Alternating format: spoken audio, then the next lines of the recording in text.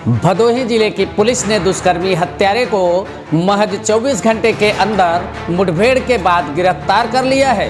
आपको बता दें, भदोही जिले के चौरी थाना क्षेत्र में एक 8 वर्षीय मासूम बच्ची की दुष्कर्म के बाद हत्या कर दी गई थी। जैसे ही इस हत्या की खबर भदोही पुलिस अधीक्षक डॉक्टर अनिल कुमार को लगी, वैसे ही पूरी दलबल के साथ घटनास्थल पर पहुंच गए थे। घटनास्थल का निरीक्षण करने के बाद फौरन बलात्कारी हत्यारे के ऊपर 25,000 रुपये का इनाम घोषित कर दिया था। भदोही पुलिस अधीक्षक डॉक्टर अनिल कुमार ने मामले का खुलासा करने के लिए 6 टीमें बनाकर हत्यारे को गिरफ्तार करने का फरमान जारी कर दिया था। जांच के दौरान नेबूलाल बनवासी का नाम सामने आते ही भदोही पुलिस एक्शन में आ गई। रात में गश्त के दौरान सूचना मिलने पर पुलिस के जवानों ने फरार हो रहे नेबूलाल को चारों तरफ से घेर लिया। पुलिस के साथ मुठभेड़ में नेबूलाल के दोनों पैरों में गोली लग गई और वह घायल हो गया, जिसका इलाज जिला अस्पताल में चल रहा है। भदोही पुलिस अधीक्षक डॉक्टर अनिल कुमार ने इस घटना के बारे में और क्या कहा, देखिए हमारे संवाददाता नितेश श्रीवास्तव की पूरी रिपोर्ट। कल थाना चौरी क्षेत्र में एक 8 वर्षीय बच्ची की डेड बॉडी मिली थी।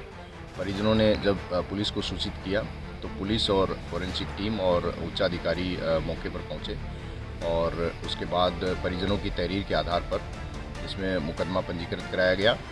पोस्टमार्टम डॉक्टरों के पैनल से वीडियोग्राफी के अंतर्गत कराया गया।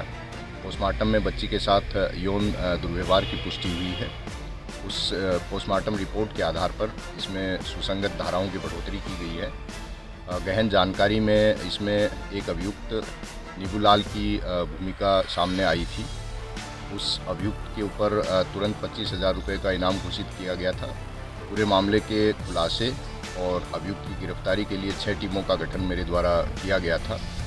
टीमों ने अथक प्रयास करते हुए उसको गिरफ्तारी का प्रयास किया, जिसके दौरान जो अभियुक्त नेबूलाल है उसको पुलिस मुठभेड़ में उसके दोनों पैरों में गोली लगी है। अभी उसको अस्पताल भर्ती कराया गया है।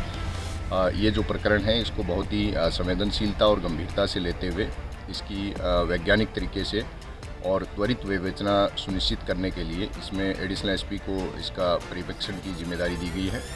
बहुत जल्दी इसमें चार्जशीट फाइल की जाएगी और माननीय न्यायालय में इसकी पैरवी करके जो दोषी है उसको बड़ी तेज़ी से और सख्त से सख्त उसकी सज़ा सुनिश्चित कराई जाएगी।